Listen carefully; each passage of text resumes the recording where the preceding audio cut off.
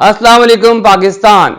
Programme किसान की आवाज के साथ आपका मेजबान साइम रशीद। आज का हमारा प्रोग्राम सोलर पैनल्स शमसी तवानाई के ज़राअत में इस्तेमाल से मुतल्लिक है। किसान न्यूज़ ने की तरफ से मैंने कुछ तकरीबन 2 हफ्ते कबल वज़ीर-ए-आज़म पाकिस्तान को एक ओपन लेटर लिखा और उसमें ने इस बात की एडवाइस की कि आप फार्मर्स को, पाकिस्तान में जितने भी फार्मर्स हैं उनको जो शमसी तवानाई के यूनिट्स हैं, सोलर पैनल्स के यूनिट्स हैं, कि अपनी बिजली वो खुद प्रोड्यूस कर सकें, उनको लाजमी मुहैया करें। इसकी वजह से मुल्क की जो इक़्तिसादी हालत है उसमें बहुत बेहतरी आई। फेडरल गवर्नमेंट पाकिस्तान ने एक स्कीम की अनाउंसमेंट की जिसमें उन्होंने कहा कि उस स्कीम के तहत कि पाकिस्तान की वफाकी हुकूमत 12 लाख जो ट्यूबवेल्स हैं फार्मर्स के, उनको एनर्जी के लिए पावर सोर्स के तौर पर सोलर पैनल जो से हैं वो फाइनेंस करेगी बैंकों से। जनाब प्राइम मिनिस्टर साहब, आपकी स्कीम बहुत अच्छी है, लेकिन ये स्कीम डिफर कर रही है उस लेटर से, ओपन लेटर से, जो कि आपको मैंने लिखा था। उस लेटर में मैंने आपसे सदा की थी कि पाकिस्तान में सोलर स्पेस से मुराद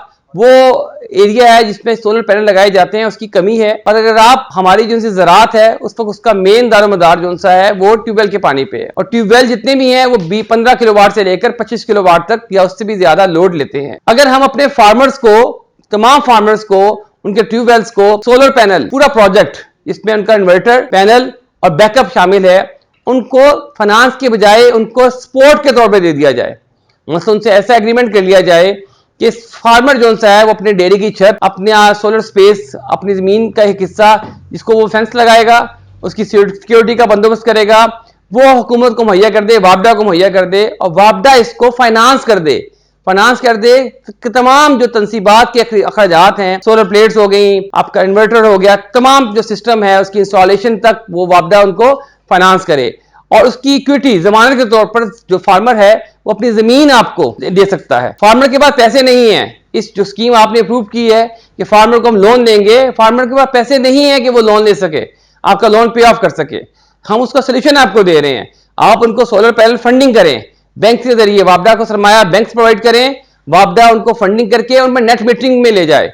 नेट मीटरिंग से क्या होगा कि फार्मर के पास एक ट्यूबवेल लगा हुआ है, उसको वो महीने में 10 दिन अपनी फसलों को पानी देने के लिए इस्तेमाल करता है, तो बाकी 20 दिन वो जो ट्यूबवेल पे जो सोलर पैनल होगा वो आपके लिए पावर जनरेशन का काम करेगा, और उससे जो बिजली पैदा होगी उस बिजली से आप उस फार्मर के रकबे पे लगाए गए वाले सोलर पैनल के जितने अखराजात हैं उसको मुनहना कर सकते हैं।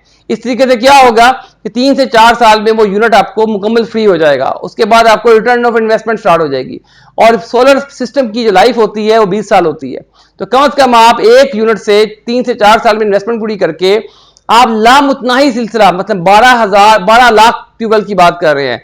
12 लाख ट्यूबवेल्स पे अगर 20 किलोवाट का भी लगे या 25 किलोवाट का भी सिस्टम लगे, इसको आप अगर मल्टीप्लाई करते हैं तो ये 3 करोड़ किलोवाट, 3 करोड़ को आप डिवाइड करते हैं तो ये 30,000 मेगावाट बिजली बनती है। 3 करोड़ को डिवाइड करते हैं 1000 से, तो 30,000 मेगावाट आपकी बिजली की कंजम्पशन होती है, पैदावार होती है।